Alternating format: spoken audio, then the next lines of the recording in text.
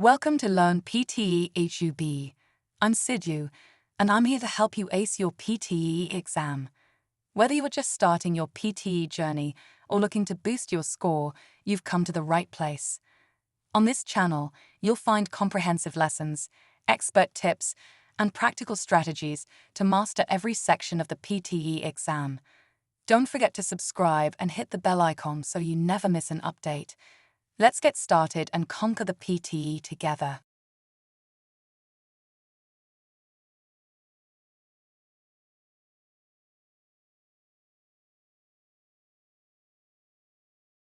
Renewable energy has many benefits. First, it can combat climate change because it creates no direct greenhouse gas emissions.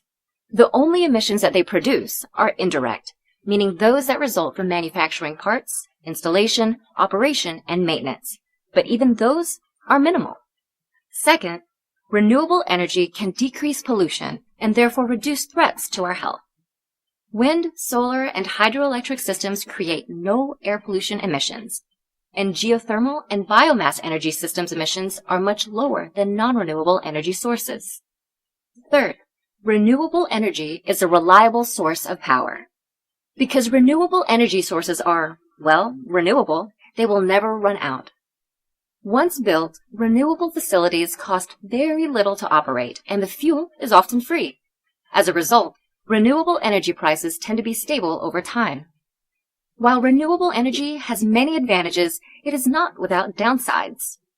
It is difficult for renewable energy sources to generate power on the same large scale as fossil fuels. Building wind farms and dams can disrupt wildlife and migration patterns and lead to ecological destruction. Both solar and wind energy are intermittent.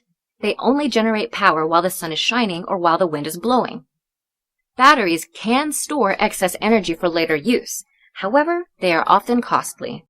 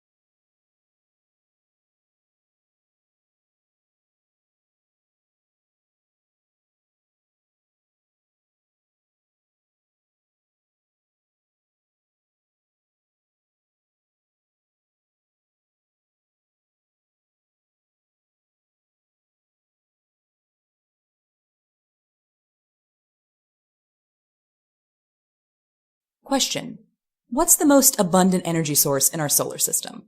Here's a hint. It's 1 million times bigger than the Earth, and without it, our planet would be a dark, cold rock floating in space. You guessed it, the incredible, brilliant sun. The Earth gets more energy from this ball of fire and gas in one day than the whole world's population uses in an entire year. Every living thing depends on the sun for its existence, from tiny microbes deep in the ocean to plants, animals, and people. Humans have been tinkering with solar energy since the dawn of time. Ancient civilizations used glass and mirrors to light fires, but it wasn't until the 1950s that technology was developed to convert the sun's energy into electricity using photovoltaic cells. Today, solar technology is more efficient and less expensive, and is used all around the globe to create electricity, heat water, cook food, and even power vehicles. So how do solar panels usually work? When the sun hits a solar panel, material inside, usually silicon, absorbs the energy.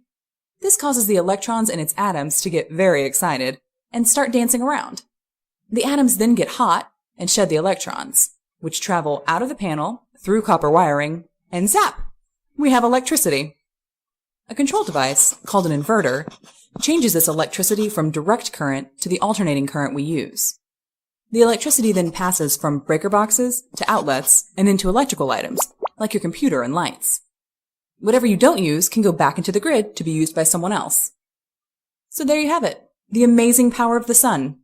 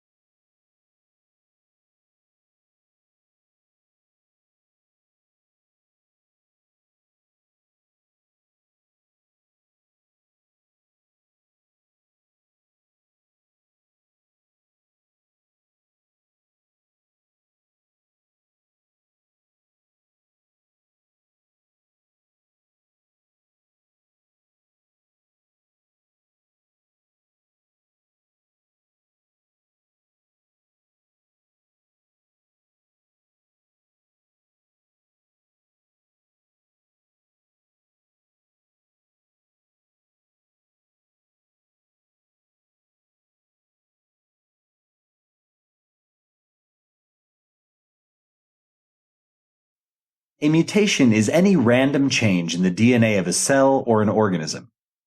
DNA is a long, helical molecule with all the instructions for how living things will develop.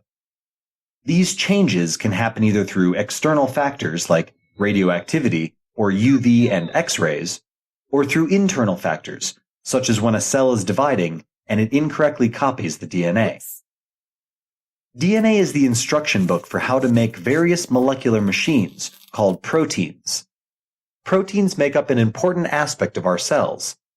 They help our cells extract energy from food, do the housekeeping, and even make new proteins. These proteins and their function in the body lead to the traits that make us unique, like eye color or our blood type. Therefore, when the DNA changes, our proteins might also change, which could lead to a change in a trait. Most of the time, mutations don't cause a significant change. These are considered neutral mutations. Sometimes, however, mutations can be good or bad. When they're bad, they lead to diseases like cancer or cystic fibrosis. On the other hand, when they're good, it can allow an organism to more readily adapt to its environment.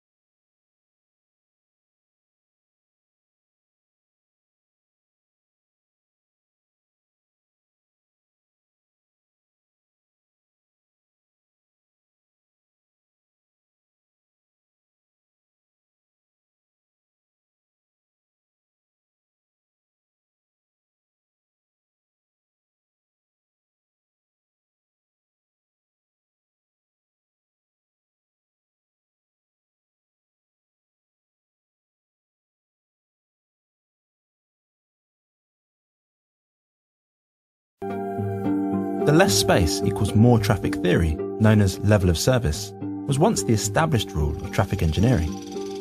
But it has long been discredited. To show how traffic really works, we need to look at a different supply and demand concept, called induced demand. Which simply means the more you increase the supply of something, in this instance roads, the more people use it. This is because when you expand a road, travelling by car becomes quicker and easier in the short term.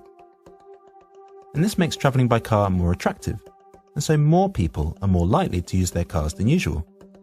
More car trips equals more cars on the road, and all that extra space quickly disappears. Now there is a limit to all of this. If you make a 10-lane motorway into 100 lanes, you could travel without seeing another car for miles. But we're not talking about a mathematical principle. We're talking about human behaviour, which is often influenced by a whole host of different factors, something which the level of service argument cannot account for.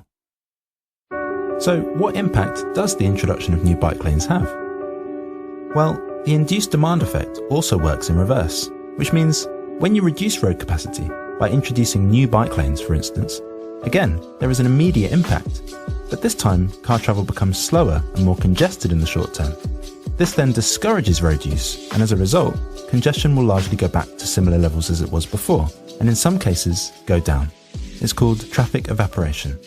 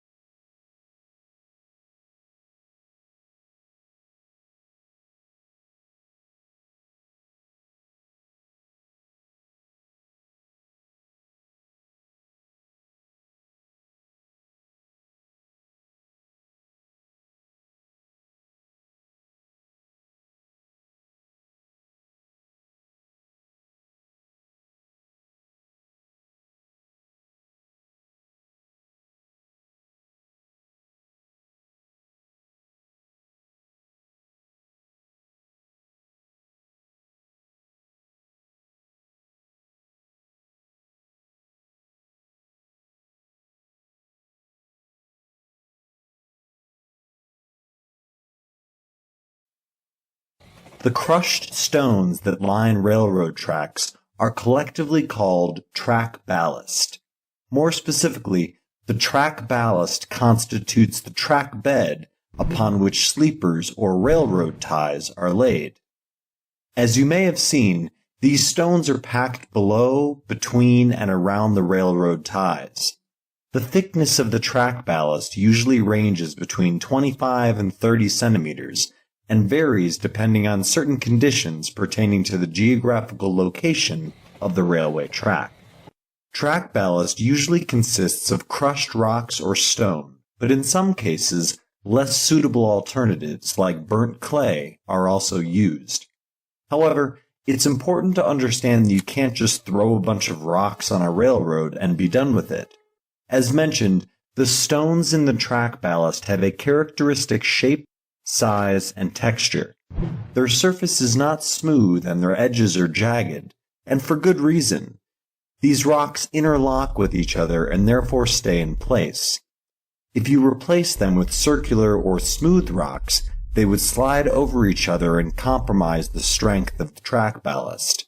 As you might imagine, this can have catastrophic results.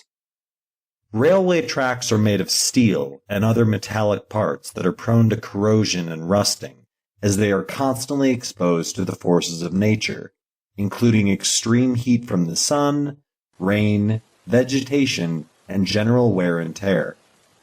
The primary reason behind the existence of track ballast is to protect the railway track.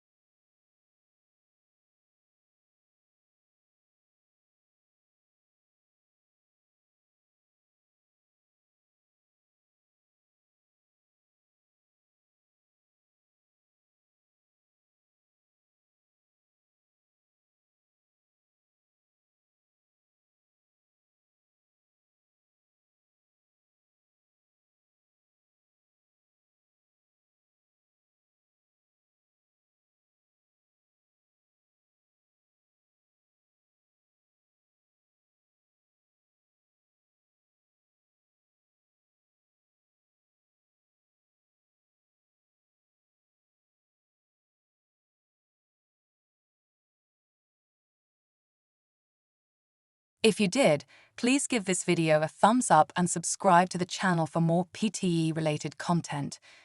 Don't forget to leave a comment below letting me know what you think, or if you have any questions. Thanks for watching. I will meet you soon at our next video.